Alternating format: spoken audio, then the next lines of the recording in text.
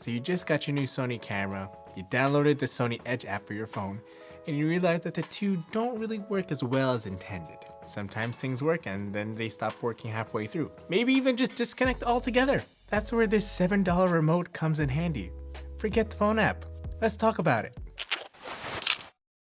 Hey fam, I'm Mike, nurse, photographer, and videographer, helping you to be able to master your camera gear in order for you to create and capture the things that matter most to you. Let's go over the functionality of this remote, how to connect it to your camera, and if you stay till the end, we'll even discuss some pro tips. Right off the bat, I'm surprised that you can get this much value out of a $7 remote. Sometimes if you go out to buy a remote for your camera, whether or not it's from the same brand, it's not always exactly compatible. For me, being a solo content creator, I bought this for the sole purpose of being able to connect to my A7S III and my now A6400 from far away.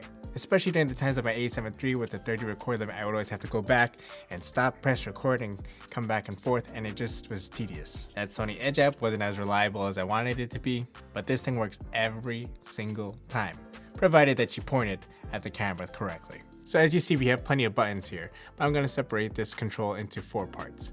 We got the shutter buttons here, the record button here, and the zoom rocker here. Everything else is relative to playback. The shutter button operates in the way that you set your drive mode. So if your drive mode is set to timer for 10 seconds, that's exactly what will happen. It'll wait 10 seconds and take the picture. However, if you didn't set it on a timer, you didn't set it on burst mode or any other mode, then it'll take a picture instantly. The 2-second shutter, self-explanatory, takes the picture after 2 seconds. The zoom rocker here will be able to operate your clear image zoom if your camera supports that, and I believe digital zoom, but I've only used it for clear image zoom because it produces a higher quality. Now, if you actually have a zoomed lens on your camera, you'll know that your camera will not zoom unless you physically turn the zoom ring. And the rest can be operated through the menu, or the playback menu especially, but you can still access the menu from the menu button, of course.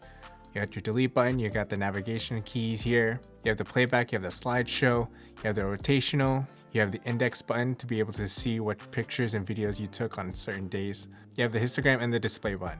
I don't use this so much when I'm shooting, but you can use this as well. You can use this for both the playback and also while you're shooting. All right, let's show you how to connect this. You want to go to the menu, and we're going to go all the way to the settings on this page. Right where it says IR remote control. Turn that on and you're good. See, that was easy. Before we get to the pro tips, I want to know what you're going to use a remote control like this for. Are you going to use it for time lapses, long exposures? Are you going to use it for sit down videos like this? Let me know down in the comments and drop me a like if you're getting value from this video so far. Pro tip, if you have a multi-cam setup like 3 A7S3s, or if you have a mix-up of like A7S3 and A6400 and some other camera, as long as they're pointing in the same direction and you orient the remote towards the handle where the receiver is, you only need to press the record button once. And likewise, for photography, you only need to press the shutter button once. You don't need to press it 3 separate times or hit the record button 3 separate times. As long as they're oriented the same way, they can all receive the infrared signal. According to the Sony forums, this remote is rated for 25 feet of coverage or 7.5 meters, with the special note that the sun and fluorescent lights can interfere with the infrared connection. This is definitely one of my favorite accessories when it comes to the Sony ecosystem. Although the Sony app was a poor performer for me for the most part, this really gets the job done. If you're still fiddling around with your camera and you still have it on the default settings, maybe you might want to consider going and changing your photo settings and even your video settings, which I have over here. Otherwise, you can also see my camera accessories over here.